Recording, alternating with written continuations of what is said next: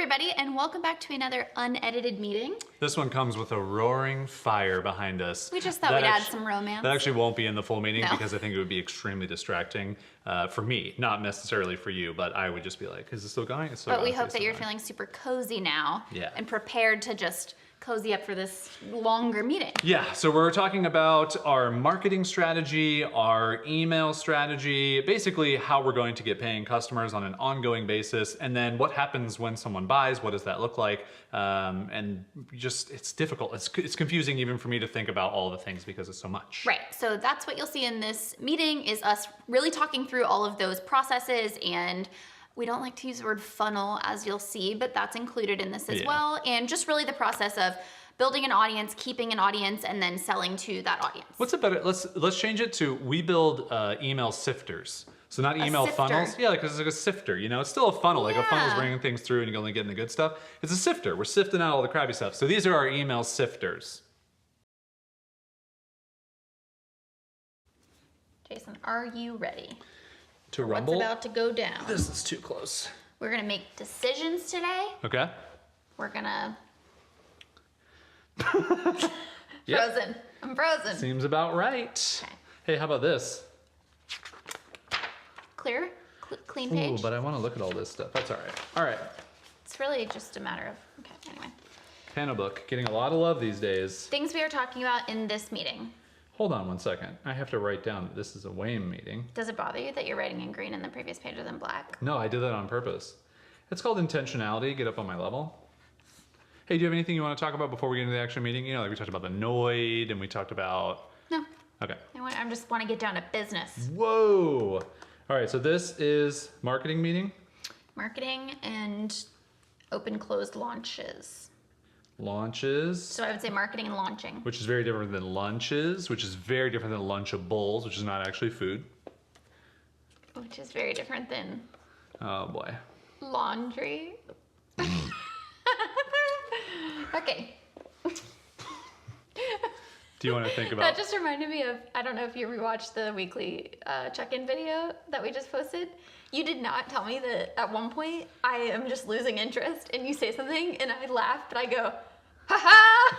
I missed it. Like if two totally fake laughs where I'm just like delayed response, but I'm like, can you just keep going? Anyway. Hey guys, thanks so much, by the way, in the last meeting that we recorded for letting me eat my popcorn and not giving me too much of our time. So many you to use. That was really nice of you guys. We should have brought a snack this time. No, we brought coffee. We brought Mott's Cafe. Okay. Hey, by the way, what coffee do you like to drink when you're having meetings? Okay. When a girl just wants to get a meeting going, can in you guys hear... In case you were wondering what you're doing, that's our prairie dog digging his home. They're not gonna know what that means. A prairie dog, like a little prairie dog in the hills, in the short hills, I know, digging but his tell them home. what's really happening. Oh, that's our dog digging in one of his new dog beds. There you go. Our dog, just doing it. He really brings something to these meetings. Snoring, wanting to play. We're just gonna let him do his thing. Let's see if he just We're runs those kind into of the parents, tripod. you know? Hey, Hey, excuse me. Flex, can you- Let's just go ahead and lay down. Okay. So, Now that we've started to start multiple starts. part of the reason for this meeting is that the content next week, full disclosure, is about marketing and we should make some of those decisions so we can write those blog posts. Yeah. So that's one thing. The other thing is we're getting closer to actually launching this thing and doing pre-orders, which we already had a pre-order meeting and Which you like to call pre-orders, which is just the worst name ever. I want everyone to know that on the record. On the record. Octopiper. It's gonna stick. Nice. So I want to talk about this open and closed launch idea. Yes. Of doing the monthly launches for the membership and nail down details of that. Do we still want to do that? And then also the more that I think through the steps of what that looks like for like our email list and things, I come into questions that need to be answered. So Do you have questions? yeah, where do you want to start? Let's first define open and closed launch for everybody. Great. For those of you at home who have not launched anything, this has been what we've used to launch Buy Our Future, previously Buy My Future the past couple of years. It's also how we've launched a bunch of other things as well. But we like this method of selling something because it gives us control of the time window. Now, a lot of people say, oh, open and closed launch is just false scarcity, but this is how we run our business. This is what makes it sustainable for us, is to be able to do that. So there's a certain time window, something's open, people can buy, then we close it down. And truthfully, I really believe, especially for Buy Our Future, It's how we've been able to keep up with the community, to give as much as we possibly can time-wise. Because even mentally, even if you're doing something evergreen, it's out there, it's open, people are finding it, and sort of, I don't know if this makes any sense, but it's the way I think about it. In my mind, that's like an open ticket. Yeah, you know what I mean? sure. Like there's no closure to it. So my brain can't move on to like, oh, let's work on improving the dashboard or whatever. So giving this open and close launch, it allows us to open that for a small period of time, but then when it's no longer for sale, it allows us to fully focus on what new content are we bringing, some of these tools we want to create, like building. To actually have time to invest in the thing. By the way, I just caught a glimpse in the mirror. I don't know if you can just we have a hallway mirror over here. It just death stare. Plaxico is just 100% staring in the mirror at us. He does this all the time. Sometimes I'll catch him staring at me through the mirror. Yeah. Like I'm in the kitchen and he's right in front of the mirror, but I look in the mirror and his eyeballs are meeting mine. Just right into your soul. Stop looking right at me. Okay, don't get him riled up. Okay. So we still want to do open and close launches for that reason. I'm taking notes also for the blog post, but I forgot about that. Before we even get to open and close launches, do we want to talk about numbers? Because we went through numbers. Sure. So one thing that I think is important that we did, and I feel like this meeting is a lot more directed towards the camera, and I think it's the way that I set this up is like we're actually facing the camera. We did this last meeting too. And we talked a lot more. I don't know. Do you guys like it when we're more facing towards you? Or do you like do it you when prefer we're more being voyeuristic and pretending like you're like not stop there? looking at me just like like Plaxico in the mirror. Like stop being Plaxico in the mirror. Let us know. So we went through and we started to look at, actually, let's even step back from there. When we first started to talk about Wandering Aimfully memberships, we decided that 300 was kind of our magic number for active paying memberships. That brings in $30,000 a month in recurring revenue, which is an amazing amount of money. That is like our dream. If we can have that amount of money coming in, that pays all of our bills. It puts money in our savings account. It gives us a nice cushion. It gives us money to be able to build things. Enough. That's our enough number. And it is a high enough number, if we're being honest. We could live on much less, but it just creates a really nice buffer that we would feel comfortable. So a number like 300 is not hugely scary because we've sold things to many hundreds of people before. However, it's a different packaging of the thing. It's $100 a month, which is not super cheap, but it's also not expensive. So it's just kind of interesting. There's a lot of things to think about. So we decided to say, okay, let's break this down further and have some achievable kind of goals or metrics with this, or milestones is a better word. So we actually sat down, and by we, I mean Caroline, went into Airtable and just worked some Airtable magic, just all the things. So you took our existing... I wish you guys could know how happy it makes my heart when I get in there and I'm doing link tables and I'm doing roll-ups and I'm doing formulas and I'm looking up timestamps and I'm just like in my happy place. Now, are you going to make a freestyle rap about your love of Airtable at some point? Because I really feel like there's Timeline. Okay, and we're not going back to that. No, I'll work on it. Yeah, if you missed that, that's in a previous Workshop it. weekly check-in. Anyway, you went into Airtable and you took our Buy Our Future spreadsheet that you had created before, which is a Google Sheet. And in that is name, the date that they purchased, what plan they are on, what payment plan, how much we should collect from them in total, how much they have paid so far, and how much is still owed. And it was a good way for us to know, okay, how much money are we kind of bringing in? How much is outstanding? Because here's the thing, guys, is we're in this weird time frame where we still have payments coming through from our previous venture, Buy Our Future, which is providing basically the runway for Wandering Aimfully.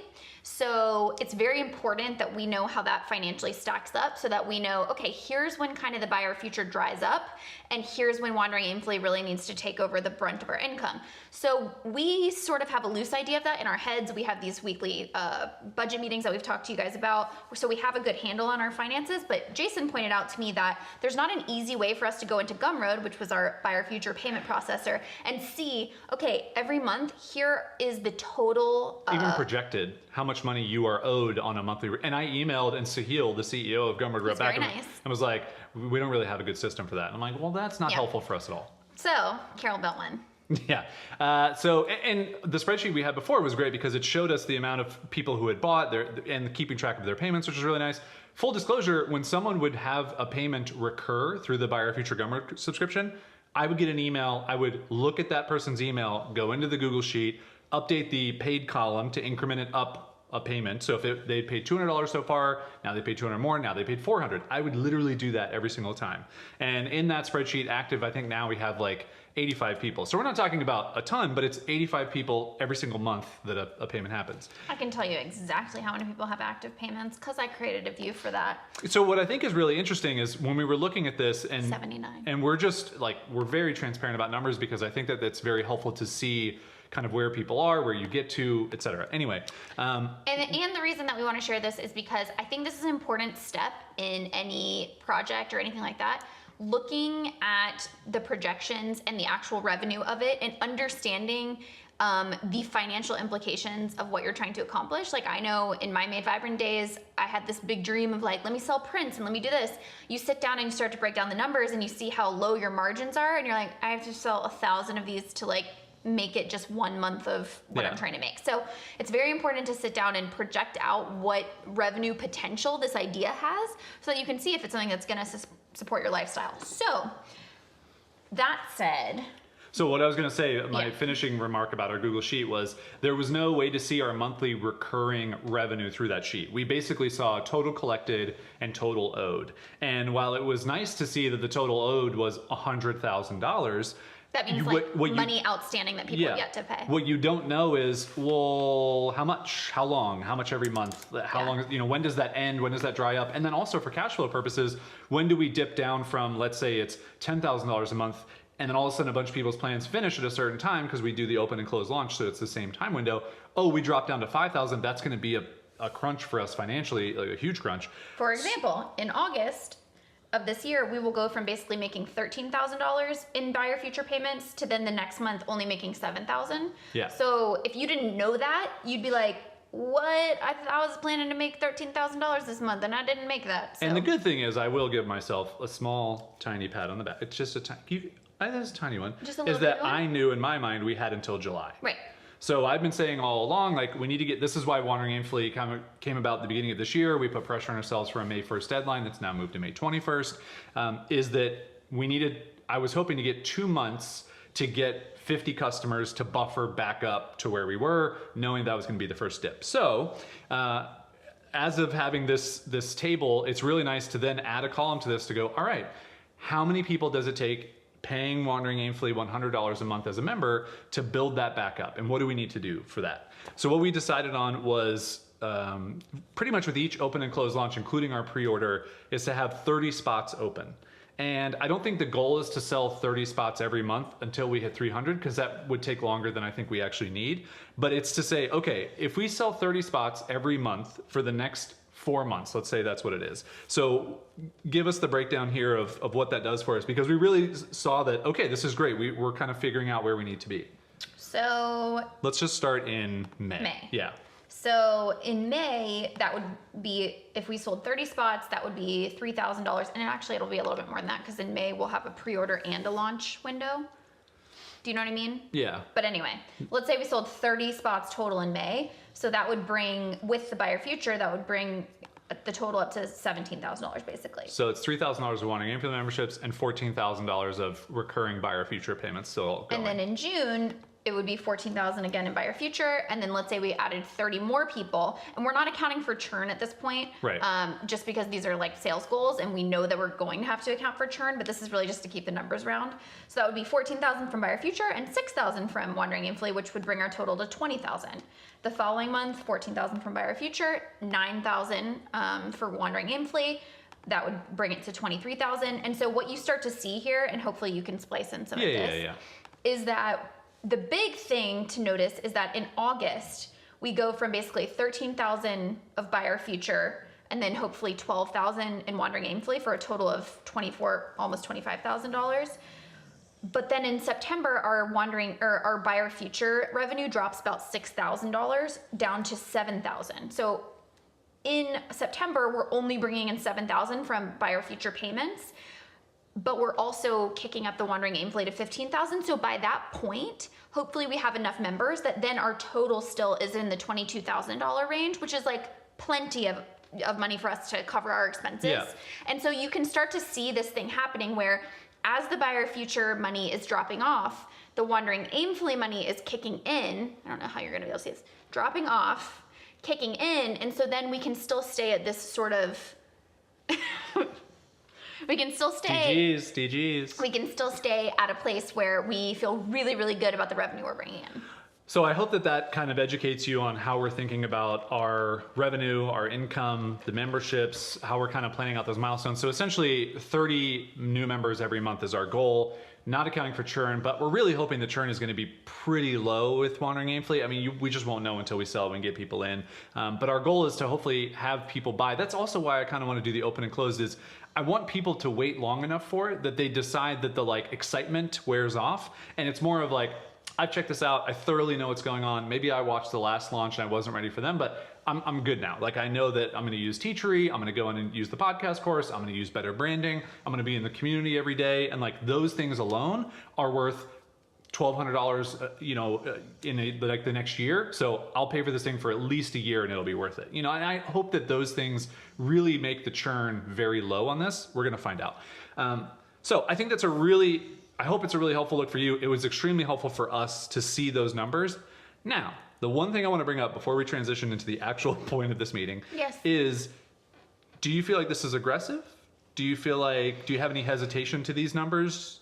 No, I just always really think it's good to set your sights on what you want to accomplish. I feel like how can I describe this? I feel prepared to be surprised in that we could be surprised at the number of people who want to sign on. We could be surprised at the lack of people. We don't know yet.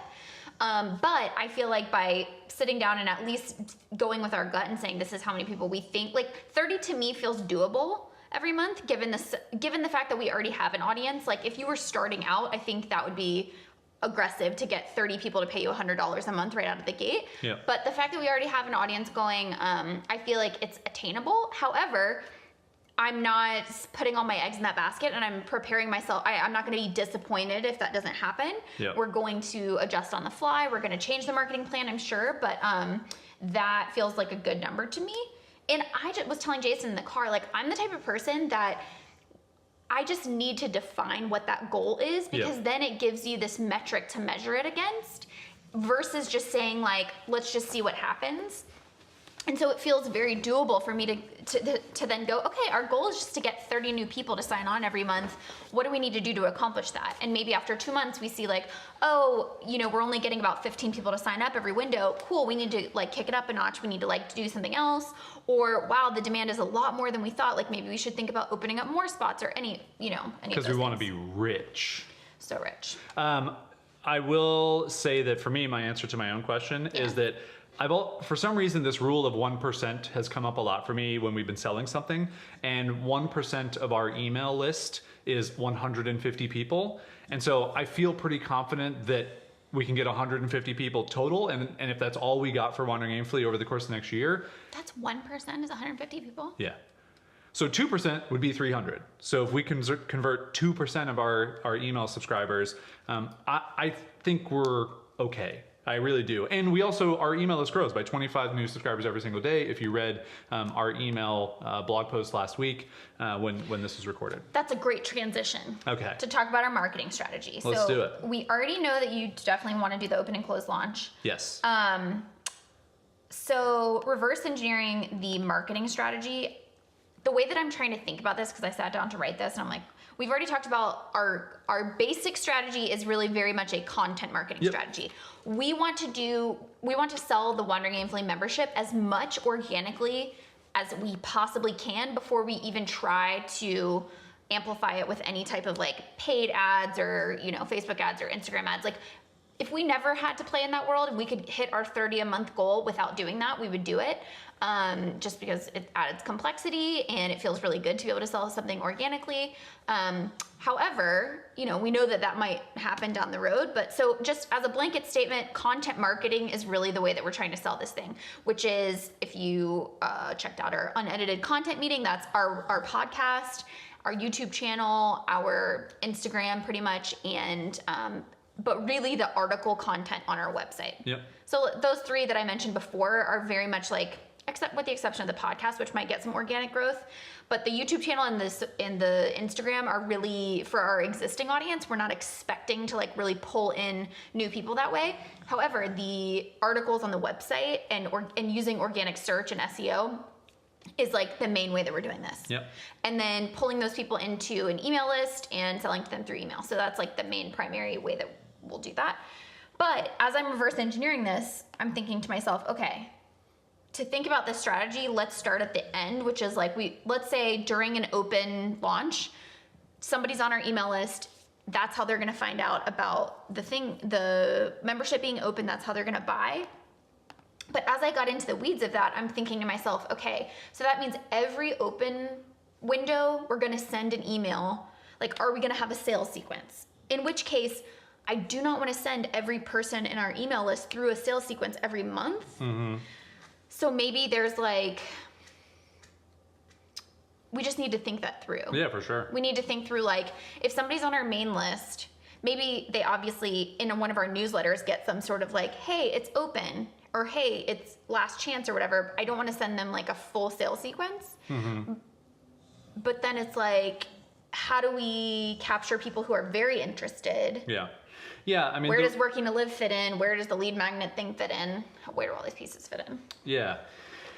Well, there's a lot of kind of moving pieces to this, because let's assume that we are not doing the monthly content theme for right now. Okay. Let's just say it's just our normal weekly newsletters, whatever that content ends up looking like, and it comes to the Monday in which we've opened the door. Mm-hmm. In my mind, the way that I think we should kind of look at this is like the first big launch that we do, we send kind of the full sequence to our entire list. And we do the first big launch we do? Yeah. So let's say that that's the end of May, and we're just doing a full week of launch. So I think what that looks like is an email probably every single day of that week that's hopefully providing some sort of value, just like we do at Buy Our Future. Like, we're trying to teach something, we're trying to show some of the stories within whatever. And what would be really important for this that we haven't really done before is to create a tag in Drip for anybody who clicks a link to check out the Wandering Aimfully membership. And for me, where I think that's important is in this first sales launch, it's going to everybody on our list. We can give them like an opt-out link if they want, so they can opt out, or they can just unsubscribe. But then going forward, so let's say that we've finished in May, we're now in June. Mm-hmm. I think in June, we open the doors to everybody. And I think where we need to be smart about this is any new subscribers who did not receive the previous sales sequence. Who did not get the previous sales sequence, and any subscribers who clicked in the last sales sequence, they get it again. They get it again. And I think this is just the way that we like to think about these things, where we're not just hammering our list constantly. And where I think we can also be smart about this is probably every 3 months, I think, is plenty of time to then do the full week of sales pitch again to everybody, because everyone's going to be the same emails. We could tweak the emails. We could try different emails. I think we could probably create 3 sets of sales emails over the course of like. Yeah. And the truth is, if we do start doing the content theme, like, they might be different, you know? Oh, for sure. And I really just think in 3 months, I've forgotten about the majority of things people have emailed me. And if I get it again, it's okay. I also think that we're all so caught up in the fact that we think everybody reads every single email we send. They read every single word. Like, it's such an unbelievably small percentage of people who do read those things. Yeah. And we would never just copy and paste. Like, there's always some sort of update and there's always something. But I think just getting over those little things and really knowing that, hey, this Wandering Aimfully membership, it means the world to us. We know it means the world to 450 people already, because they're already basically in it with Buy Our Future. We're selling a great thing, a helpful thing. And to get over the stigma of overselling, like, it's not overselling, it's just every month we need to present this to people to give them the opportunity to say yes to it, so that we can have the ability to keep creating things. I'm smiling because I'm realizing, like, I'm excited about setting all this up in Drip and trying to think through it. And you and I have talked about, like, Jason and I basically spent the entire summer last year changing over our email provider, doing this much more advanced email provider with Drip that does a lot of automation and workflows and things like that. And we did some really advanced stuff, and you know, we did it all for the purpose of selling Buy Our Future. And there was a point where we were like, we didn't completely follow through on it in order to see if it would sell, but I was like, but I'm really glad I learned that, because, you know, it's something that's really helpful. And I'm just smiling now because I'm like, this is why. Oh, for sure. Like, this is where it comes into handy, because I'm like, oh, I know exactly how to set up that automation in Drip now. I know exactly how to tag those people. I just have to sit down and figure out the puzzle pieces, which I'll be sure to share with you guys on the blog. Don't do finger guns. No, it's a water gun. It's a water pistol. It's a love gun. It's a super soaker. Love you. Love you. Also, 1 second of snoring for everybody.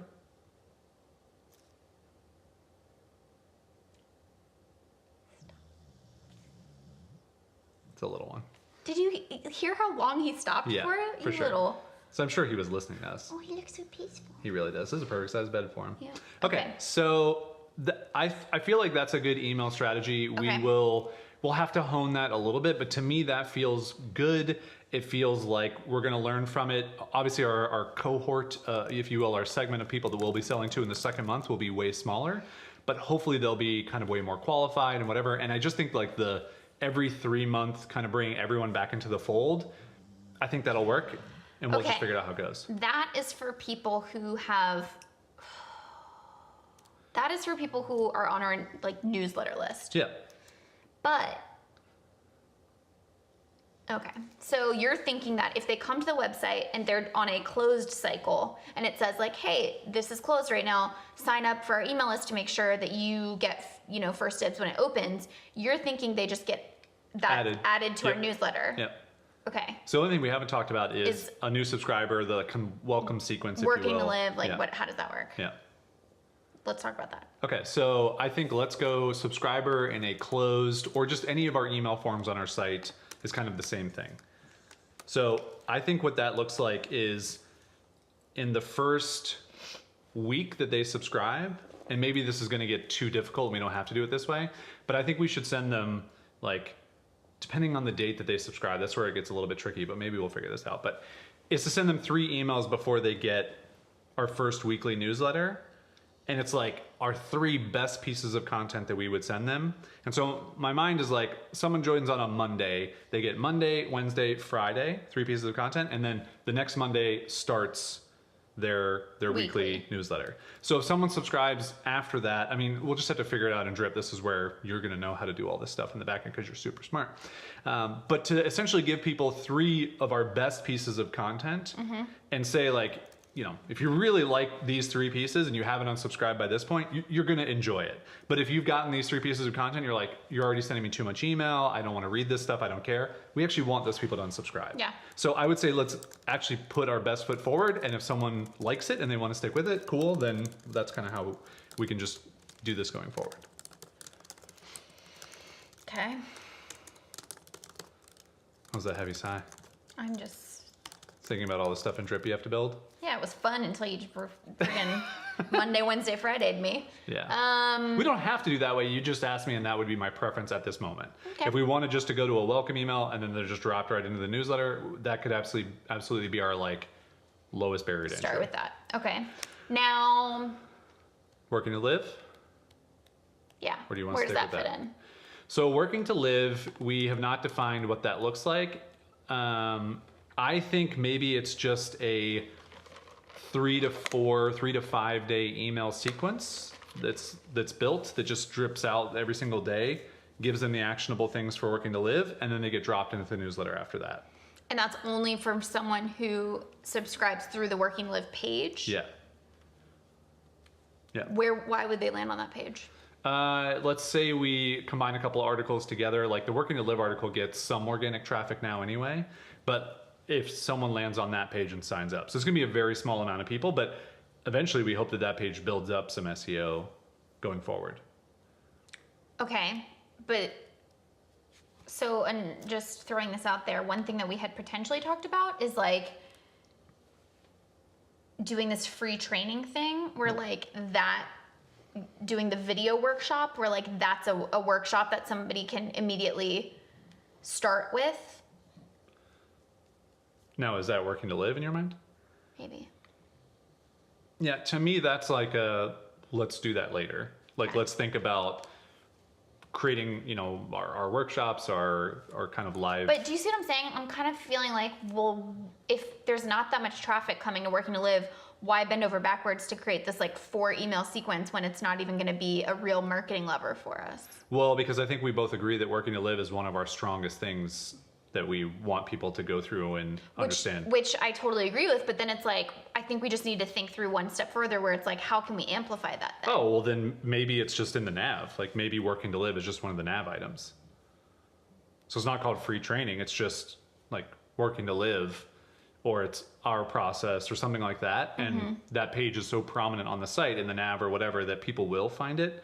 Well, that's what I mean, is like making it a more prominent lead magnet where someone's like, oh, I want to find out more about this. Sure. Because I think, like you said, it's a very well-aligned piece of content that if somebody enjoys our Working to Live framework, they will be a very good candidate for a Wandering Aimfully membership. So it makes sense to make whatever your lead magnet is something that's very aligned to your product, because again, it's a magnet. You want to attract the right people. So in that case, maybe, you know, we have on our article page that you've designed, we have these recommended articles at the bottom. Maybe Working to Live is always one of those recommended articles. Maybe the other two populate by related tag or whatever, but maybe the third one is just always Working to Live. And then we can get kind of fancy when it comes to using right message, which is something I talked about last week as well, where if someone has signed up and has like gone through Working to Live email sequence, we could actually hide that post for them on the website and show them something else. I know, blows your mind, but don't worry. Sorry, I'm sensing that I'm typing all of this out, and this is just how I work. I'm like sensing that I really need to visually start to see it. Yeah. So I think I'll probably, after this meeting, do one of my little workflows so that I can see, okay, here are the entry points of signing up for our email list. Here's the sequence that somebody gets. Yeah, some people call these funnels. We don't call them that. We call them sifters. This is a sifter. Sifting you through, Find the good stuff, find the good stuff. I think of powdered sugar when I'm sifting. You think of gold, huh? No. Wow, that shows the difference between us. I changed my answer. Gold. I changed my answer. Powdered sugar. Powdered sugar. Like, what are you doing there? When they do a funnel. What do you do with your hands? What do you do? This is my powdered sugar thing, and then you tap it. Funnel cake. What is this a thing? Is that a bad thing? No, really, is that a bad thing? Look that up on Urban. Look that up on Urban Dictionary. What you're doing? What does that mean? Like a butt? Yeah, peach emoji. What do I do with my hands? I think setting up our sifter plan will help visualize all of this. Okay. And we can decide. The other thing here is we could say, hey, no Working to Live, at the beginning, like we just don't have time for it. We know we want to do it, but... In my mind, it's the newsletter sales sequence workflow. That's a non-negotiable. And then the maybe Working to Live after that. And then like the new subscriber thing is after that. I think new subscriber thing is above Working to Live. Sorry. Because we get 25 new subscribers a day. I know, but they're still gonna get an email they're gonna get a confirmation email, and then they're gonna get an email the next Monday. Yeah. So it's gonna be fine. Yeah, but that's not like the experience we want to give them. I totally understand, but if we're talking about what we think is more valuable, giving a new subscriber 3 more emails versus the newsletter that they signed up for, or setting up a lead magnet that is going to create value for people that's going to lead into our paid product. I know, but think about this. We already have 25 people every day coming in through the new subscriber. Why not try to make that experience as good for people we've already magnetized? I have a question. Okay. Why the heck not make this like our best content 3 emails? Working to Live? Working to Live. Yeah, I thought that like 10 minutes ago. I didn't hear you say it. Oh, well, you should have listened. They would have heard it. And did you just point to your brain and say you should have listened? Yeah. That's what marriage is. To your brain? That's what marriage is. Single today, folks.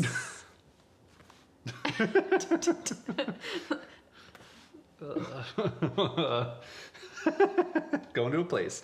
Yeah, that's totally fine. Let's use Working to Live. Like, 2 birds, 1 stone. Sometimes when I do stuff that's super embarrassing and silly, you're into it and you're like, yeah, and you're here with me. And then other times I do it and you're like out. You're like, I'm on a whole separate boat. Yeah. And then I get so embarrassed. Yeah, that's the way that. Am I red? Turn red. No, not at all. Oh. What are you doing? Oh, okay, yeah, so let's do Working to Live as the intro sequence. I guarantee people are watching this going, just make the intro. No, because I think it's like when you're watching a movie and like all the parts are in front of you and you don't put it together, and all of a sudden like the main protagonist is like, but what if we just did both? And then you're at home, you're like, why didn't they just do both? Like, I think it's the same thing. We'll find out. Okay. People will let us know. I'll work on that. Let us know Sifting. if you had my thought 10 minutes before we said it. Okay, the sifting. So let me think through from a website perspective. It's closed. It's a closed time. So maybe all of our email forms, maybe this will help you too. Maybe Okay. every single email form, whether it's a closed form, whether it's a Yeah. homepage form, Yeah. whether it's a welcome mat, Yeah. is sign up our- to get our best writing and also get our working to live mindset, blah, blah, blah. Intro course or whatever. Yeah. And then you can opt out of that part of Sure. the sequence to skip that part of the Sure. sequence. Yeah. Yeah. But that's like our intro content. Okay. Yeah. Cool. Did you want to write that down? I mean, yeah, I got that though. I mean, I know when you say you got it, but then like 2 hours after this meeting, you'll be like, hey, I'm looking back at my notes. Did we decide to do something on this stuff? I hate it when you do my voice. Hey, I'm looking back at my notes and then I just decided, huh? I wish I could do an equally annoying Go ahead. impression of you. Yeah. Go ahead. Yeah, Yeah. And? I have to hear you say stuff. And what are you going to say? I sound like Mickey Mouse. I really to hope you. that everybody watching this understands this is how these meetings go, 100%. camera or not. 100%. Yeah, you can't just It's a turn this miracle on. we get anything done. Because we're so funny. It's a miracle on 34th Street. Every form uses working live as a lead magnet. Okay. God, I take so many notes in these meetings. Now. Babe, I just want to tell you do a great job taking notes. Don't do that. Thank you. That's part of that stuff you did. Okay. I just wrote down at the bottom here, is there a waiting list? So like if 30 people come through, let's say in the first couple days of a launch window, and we only want to cap it at 30, do we then, like, how do we Send a handle that? priority email to those people or something? Right, like, how does I that think work? they're just on that list and they get that email on that Monday when it opens up. I think that's the whole point of it. There's no like VIP getting the email an hour before. Let's not make it more difficult on each other. It's just you hear about it first. They are hearing about it first. It's true. Also, if it took you that long, I think, to have 30 people buy in front of you, like, Yeah, like if it's you, not like you're like super pumped about it. So. yeah. I Although think you could have just found it. I don't know. it'll be fine. Okay. We'll wait till people are like, I was on the thing and I waited and I was blah, blah, blah. And they'll be like, all right, well, we need to fix that. Okay. Ooh, that's a fun sound. I think, yeah. Okay. I think I'm just going to need to sit down and map all this out, and I'll include it in the blog post. Cool. What else? What else? Launching. I did create this little on the Wandering Aimfully Airtable. I didn't know if you wanted like a regular date for the launch windows, but what's kind of fun is like I created this grid view that will do the dates for all these launches. But if you actually go to the calendar view, you can drag and drop. So like the pre-order will open on Wednesday the 2nd, and you said go for a week, right? Yeah. That'll be a little bit different because normally we'll do it on a Monday. So the pre-order is a little different. But then May 21st is when we launch. Really, the only reason we're not doing it on Monday is because we're getting back from family vacation and we need those 2 days to get it going. We don't want to work Get on our wits about us. Yeah, we don't want to work on family vacation. So normally, I just wrote all over my hand. Like a child. that's my That's everyday like that's your existence. life. That's Yeah, not my no, life. that's But just how that's my if I natural wasn't state. sitting here, I would immediately go and wash my Jason, don't hands. put it in your mouth. It's fine. You are so nervous about what's happening. I thought you were getting up to go wash your Oh hands. no. Okay, so look, making sure we're still the May recording. launch is the 21st to the 28th. Yep. So like we'll open it in the morning of a Monday, and then we'll close it on the evening of the following Monday. Perfect. Okay, and then if you go to June, I did the last week in June. We could do it this one, but the 25th to the July 1st. So this is Memorial Day weekend, huh? Which one is? The May. That's Memorial Day. That is Memorial Day. Oh well. Really? I mean, we're definitely not going to launch it before that. We may not even have a May launch. And we definitely don't want to launch it on Memorial Day. Well, yeah, and this is when the site's supposed to be live. I don't Yeah. know. That's fine. Let's leave it for now. I'd rather think- it end on Memorial Day than launch on Start it, Memorial yeah. Day. I think if anything, we could probably kick the end of May launch, depending on how the pre-order goes, and go from there. Because in my mind, we didn't have a pre-order and a May launch when we did the Airtable number stuff. We had a pre-order and then we had a June. It's a missed opportunity to not have something for sale when you launch the website. Totally. But I'm just saying, like, if it doesn't work out, if for some reason, like, it'll be okay.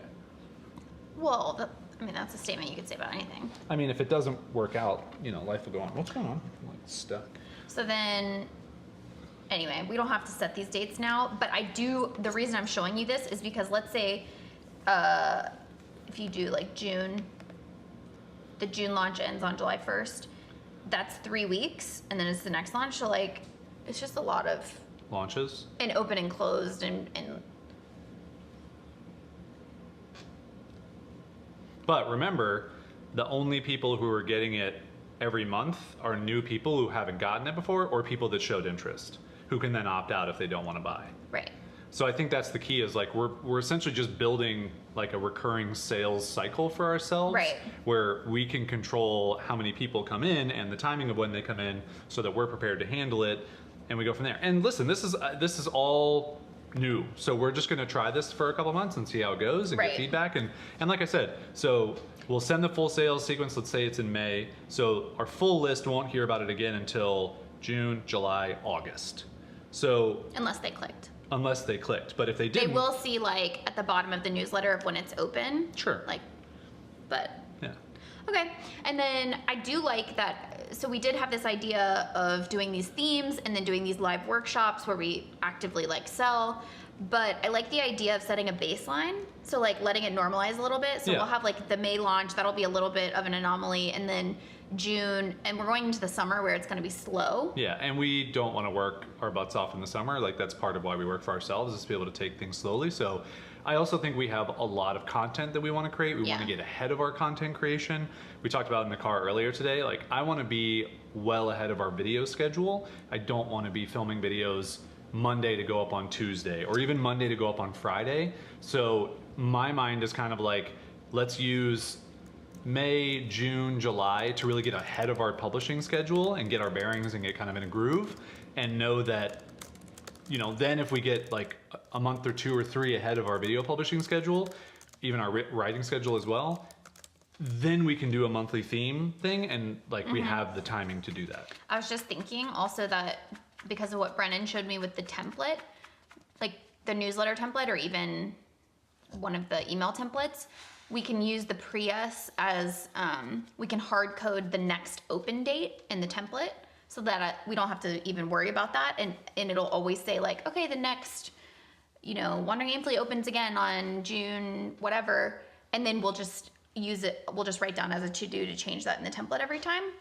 But that'll be great because then it's like all the weeks that are closed, somebody like can, if they're already thinking like, oh, I think this month I finally want to join Wandering Aimfully, they have that date open. Cool. So And I think we'll probably have it on the sales page too, of like when the we next need to revisit the welcome package idea. for paying members. Yeah. We haven't even talked about that. Yeah, since but we had that's the not idea. this meeting. This is just marketing launching. This is not the time nor the place. That's what I'm hearing. Yeah. Okay, that gives me a lot to work with. I think I'm gonna take like the next hour alone to Just take a be- bubble bath. Uh, Meditate. shout out to anybody who's watched Big Mouth on Netflix. Bubble bar. Take a bubble bath. To do the workflows, not in drip, but like map it out, and then I'll run it by you, and maybe include that little drawing in the. Are we reaching our maximum? Maximum meeting time. Meeting time? Plex Okay. is telling us it's time to end this. Yeah, okay. I think this is good. I think it gives us a good start. For me, the end point of this meeting is all of this could change, and you just have to start somewhere, test your assumptions, move forward, learn from what you do, and tweak and change later, because we could come up with 100 different ways to do this, and we won't know if any of them work until we try. I'm being serious. Oh, okay, good. Like 100% yes. Yeah. All right. Hope you guys enjoyed yet another unedited meeting here around these parts. We may not have another one of these for a week or 2, depending on our schedule. We definitely won't have one next week if you're watching this when it went up. But soon after that, we'll have another one. And we'll keep these going because we've gotten great feedback from you guys on them, which we greatly appreciate to know that you enjoy these and Plex goes snoring, obviously.